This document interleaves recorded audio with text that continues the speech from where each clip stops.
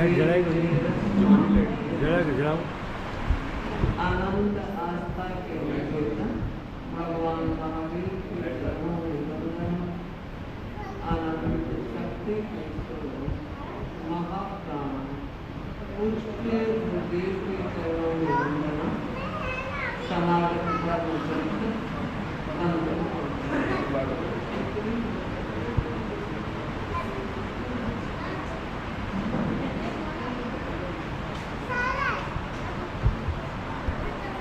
एक बार का प्रसंग।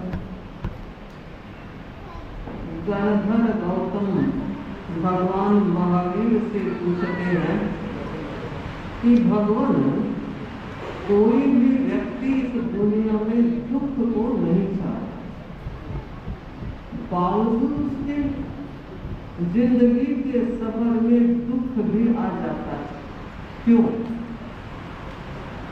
महावीर ने बहुत महत्वपूर्ण उत्तर दिया।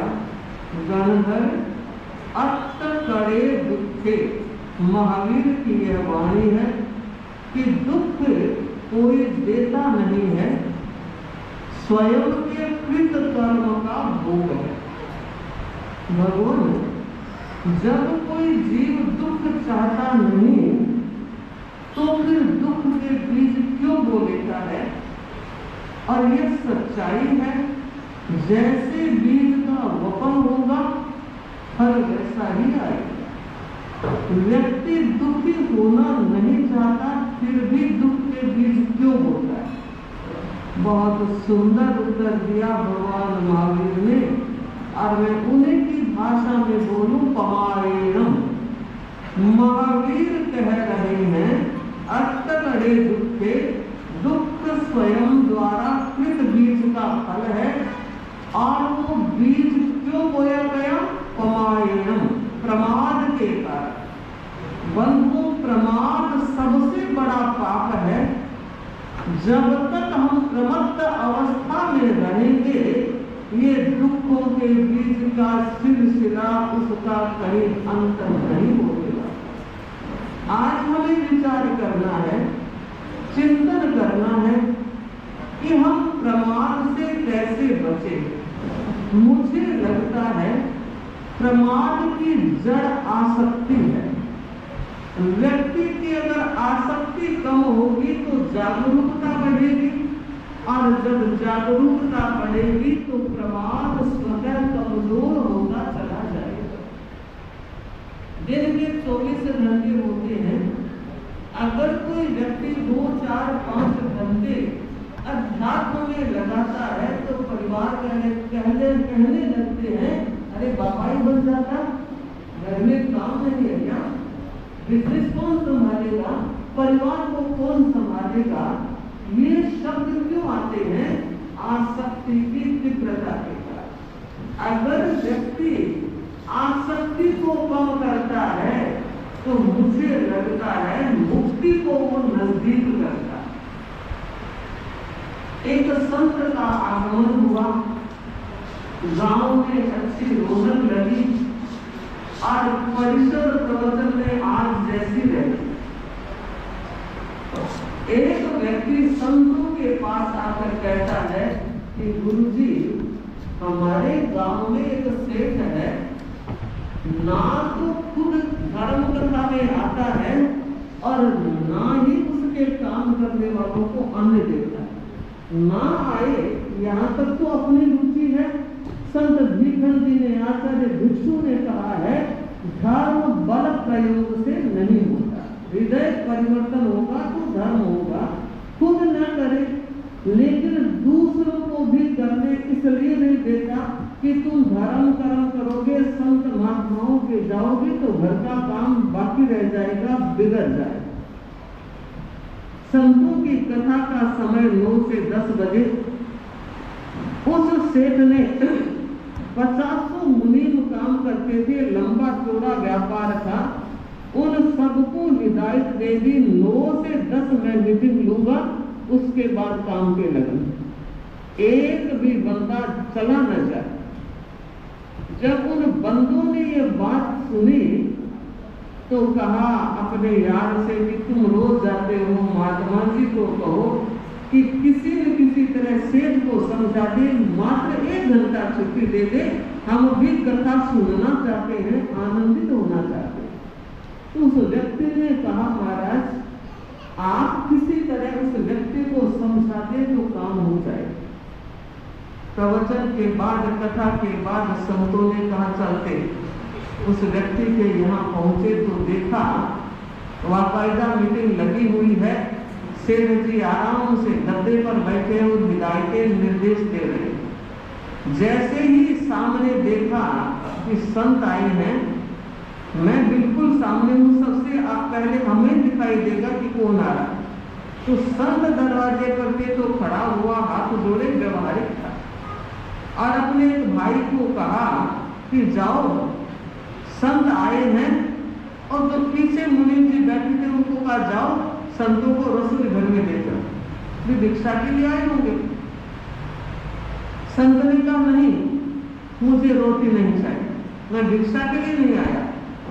तो गुरुजी कोई बीमार है, दवा चाहिए, और कहा जाओ दवा वाले को ले जाओ, नहीं चाहिए दवा। तो सर्दी का टाइम है, कोई सोल वोल चाहिए, बहुत बड़ी दुकान है, ले चलो, नहीं चाहिए। तब कि मैं तो सेठ आज तुम्हें दर्शन देने आया।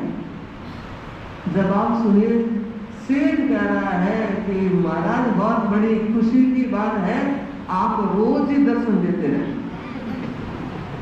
मुझे आने के लिए टाइम नहीं, आप कृपा करना। कि नहीं, रोज रोज तो हम भी नहीं आएंगे, हमारे पास कहाँ टाइम है। आज तुमसे 2 बात करने आए हैं। तुम अपने लोगों को 9 से 10 मीटिंग लेते हो, मैं ये कहने आया हूं तुम आओ तो अच्छी बात है, वरना 9 से 10 उनको तो आने।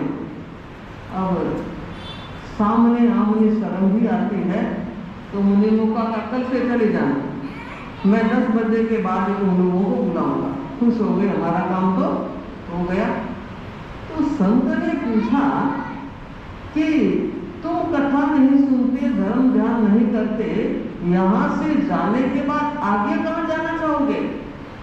कि महाराज सच बताऊं, मैं तो सीधा मुक्ति में जाना चाहता, इधर उधर नहीं, सीधा मुक्ति चाहता। तो कहा हकीकत कि बिल्कुल सच बोल रहा हूं, मैं तो सीधी मुक्ति ही पसंद करूं। तो संत ने कहा तब एक काम कर, चल हम अभी तेरी मुक्ति करवा देते। खिसक गए, हिल गए, अरे बाप जी अभी तो रहने दो। क्यों भाई? कि एक बड़ा काम बाकी, बस मेरे पड़पोता हो जाए, पोते की बहू का पूरा समय चल रहा है, पड़पोते को देख लूं फिर मुक्ति करवा देना। ठीक है भाई। संतों का वही गांव कई बार आ गया होगा, रास्ते में था, दूसरी बार आए और संत गए उसके घर। पूछा भाई सेठ कहाँ है? कि बाप जी ऊपर चला गया। अरे कब? पड़पोते को देख लिया? नहीं, जिस दिन पड़पोता हुआ सेठ का 12वां दिन। संत ज्ञान से जानते थे सेठ गया कहाँ। देखिए वो सेठ उसी घर में बैल बन करके खड़ा। संतों ने कहा कि भाई तुम्हारे बैल से 2 बात कर ले, कि बात से कर लो, हमें क्या फर्क पड़ेगा। तो संत उसके कान में कहते हैं सेठ अब तो मुक्ति करवा दूं। सिर हिलाया, क्यों? अब तो पड़पोते वाली बात नहीं है। कि नहीं, अभी तिल की सीजन आ रही है और टाबलों के तेल का व्यापार, अगर कोई दूसरा बैल होगा तो इतना काम नहीं करेगा। मैं बस एक सीजन में पूरा तेल निकलवा दूं फिर मुक्ति करवा दूं। वो भी काम हो गया। दोबारा लौट के आए तो वो स्थान खाली था, पूछा रे बैल, महाराज को चला गया। इतना तेल उसने निकाला हम कई बार तिल खाने में नहीं डालते फिर भी वो भूलता। तिलों का तेल निकालते निकालते खुद का तेल निकल देखा कहां गया। उसी घर में सेठ जी कुत्ते बनकर खड़े। तो पूछा रे तुम्हारे इस कुत्ते से बात कर लो महाराज। तो जाकर कानून का सेठ, आप तो सेठ रहते हो, जान दे दो सेठ, अब मुक्ति करवा दूं? नहीं, अभी नहीं। क्यों? कि बाबूजी जब मैं जिंदा था चारों बेटे साथ थे, पोते साथ थे। अब मेरे जाने के कुछ ही दिन बाद सारे अलग हो गए। बेटे मेरे बहुत होशियार थे, सबने अपना काम संभाल लिया, अच्छा व्यापार बढ़ाया है, मुझे बड़ी खुशी है। और जब बेटे की बहुओं की तरफ देखता हूं तो मेरे 3 बड़े बेटों की बहुओं ने घर संभाल लिया है, मगर छुटकी कमजोर। छोटी वाली इतनी नींद लेती है कि रात के समय अगर कोई उसके पलक उठाकर ले जाए तो नींद नहीं खुलती। मैं पूरी रात चौकीदारी करता। बस छोटे बेटे की बहू थोड़ी समझदार हो जाए फिर आप आना और मुक्ति करवा दें। चले गए संत। चौथी बार जब आए तब कुत्ता भी नहीं। संतों ने पूछा रे भाई वो कुत्ता कहां गया? परिवार वालों ने कहा महाराज इतना वफादार स्वामी भक्त कुत्ता था, मजाल है कोई आदमी उधर से आंख भी झांक ले, अगर एक पशु गाय भी आ जाती तो वो उसे आगे नहीं बढ़ने देता। महाराज चला आगे देखा, वो ही सेठ का जीव उसी घर की नाली में मेंढक बन गए। संत को लगा वारी आसक्ति कहां से कहां व्यक्ति की आत्मा को पहुंचा देती है। पर संगी था। मेंढक संगी भी होते हैं, मेंढक असंगी भी होते हैं। ये संगी था और संतों ने उस मेंढक के पास जाकर कहा सेठ बड़ा अच्छा लगता, मुझे सेठ कहा जा रहा है, अब तो मुक्ति करवा दूं, अब तो परपोते वाली बात नहीं, तेल वाली बात नहीं, चौकीदारी भी खत्म हो गई है, अब क्या करते हो, अब तो आओ।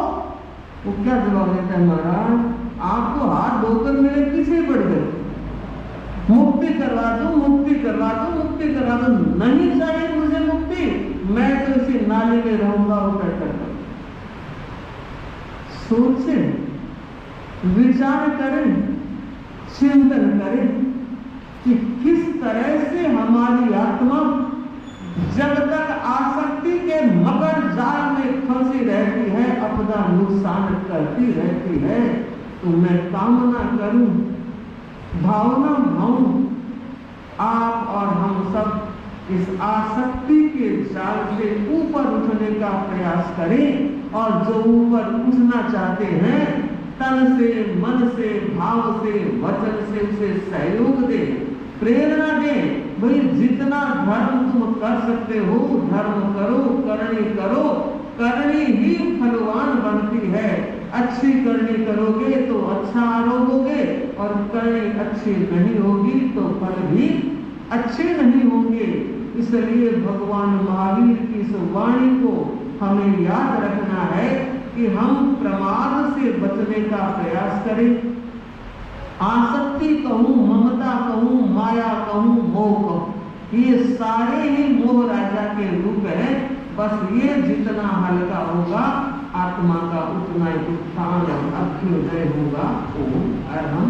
अब हम चलते हैं। जैसा कि आपको ज्ञात है आज एक कार्यशाला का समायोजन हो रहा है और इंटरनेशनल स्पीकर कहूँ भाई आलोक दुर्गढ़ जो आज के कार्यक्रम में अपने विषय पर प्रस्तुति देने वाले हैं। क्या अविद्या नामन्तस्तिमिरा मिहिरद्वीपनगिरे